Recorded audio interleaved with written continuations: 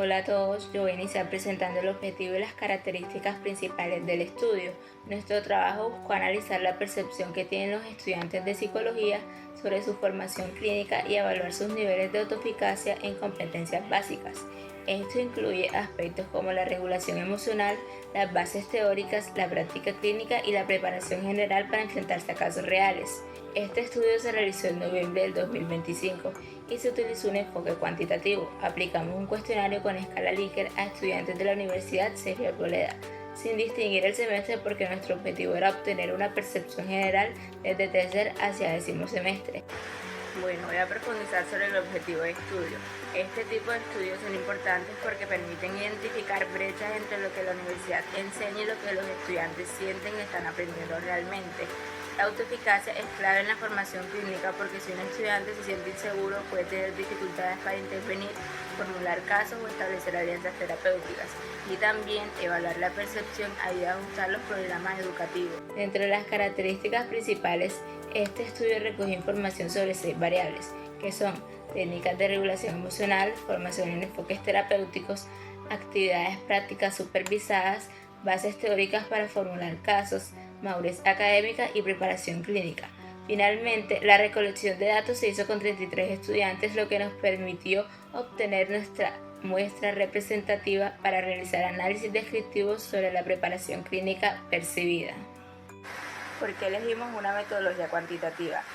Este tipo de metodología nos permite analizar tendencias generales, no solo casos particulares, nos facilita medir niveles de acuerdo o en desacuerdo y ayudar a tomar decisiones basadas en datos.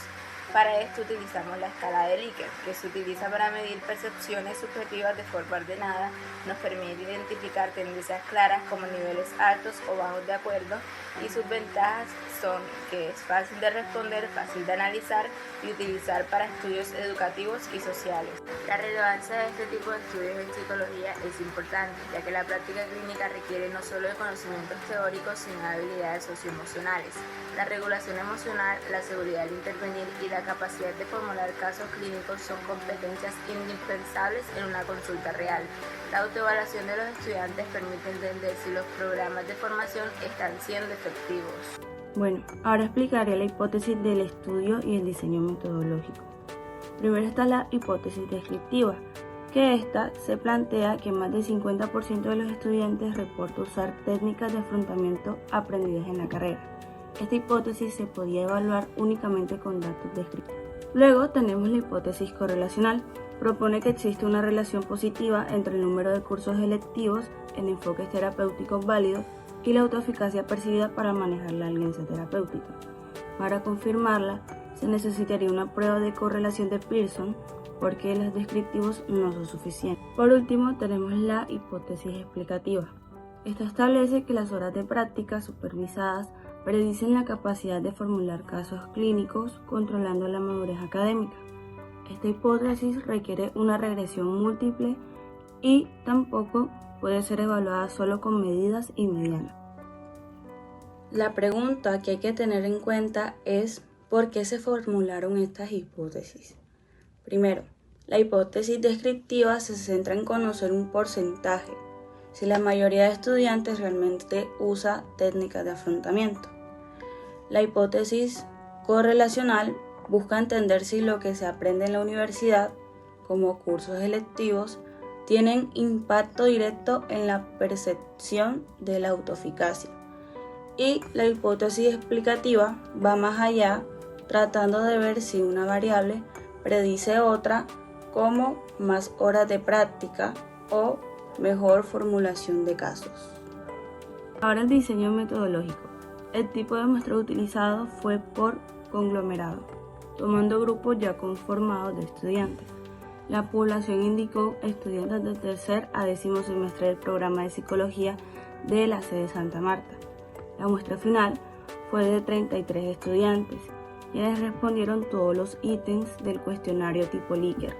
Este diseño permitió organizar los datos de manera clara y obtener resultados descriptivos sólidos para las variables estudiadas. Las fortalezas del diseño metodológico. Esta es eficiente para estudios explorativos. También nos permite un análisis inicial sobre percepciones y es adecuado cuando se trabaja con muestras pequeñas pero representativas.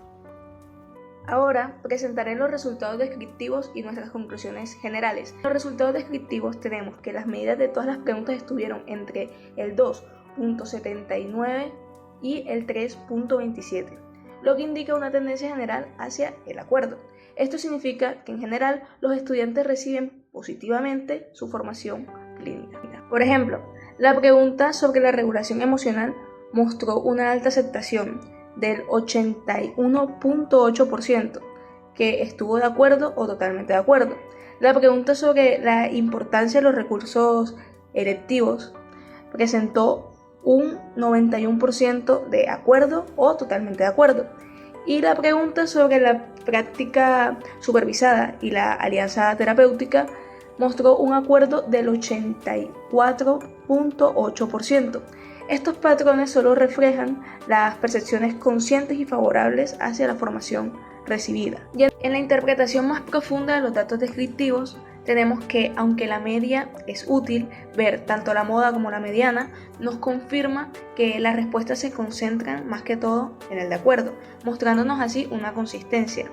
Esto quiere decir que no hubo respuestas extremas, como medias cercanas a 1 o muy dispersas, lo que indica una estabilidad en las percepciones. Entonces, ¿por qué no se pueden confirmar las hipótesis inferenciales aún? Básicamente porque los descriptivos solo describen, pero no relacionan las variables. Es decir, para argumentar que A está conectado con B, se necesita una prueba estadística que calcule la fuerza de dicha relación. Y para decir, por ejemplo, que A causa a B, se necesita aún más evidencia estadística. En los patrones observados en los datos, las preguntas relacionadas con práctica supervisada y cursos electivos fueron las mejor valoradas. Esto sugiere que los estudiantes sienten que su formación experiencial real es la que más impacta en su autosuficiencia. Las preguntas sobre la madurez académica también mostraron valoración positiva, indicando que los estudiantes reconocen su propio crecimiento. Centrándonos ahora un poco más en la importancia de la práctica supervisada, tenemos que tener en cuenta que la práctica supervisada es donde el estudiante se enfrenta a casos reales.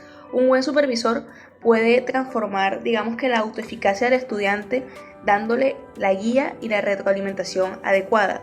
De ahí es de donde nace esta hipótesis explicativa del estudio de las prácticas son igual a una mejor formulación de casos.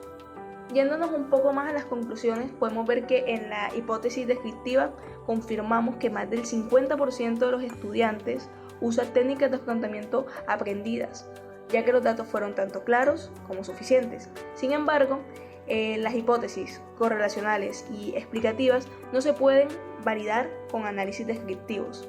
Ambas necesitan pruebas inferenciales formales como la correlación de Pearson y la regresión múltiple. Aún así, los resultados descriptivos sí permiten afirmar que la percepción general de la formación clínica es positiva y que los estudiantes sienten que los cursos, prácticas y bases teóricas aportan significativamente a su preparación. En resumen, el estudio que quisimos realizar nos muestra una visión favorable del proceso formativo, pero también nos indica que se requieren análisis mucho más avanzados para entender cómo las variables se relacionan entre sí. Con todo lo dicho anteriormente, podemos concluir que aunque los estudiantes perciben una alta preparación, es importante que la universidad revise los componentes de formación para poder seguir fortaleciendo tanto las prácticas supervisables, los cursos electivos, las herramientas emocionales y los espacios de formación y análisis de los casos. La autoeficacia es fundamental para poder prevenir esta ansiedad profesional o la inseguridad de la práctica clínica.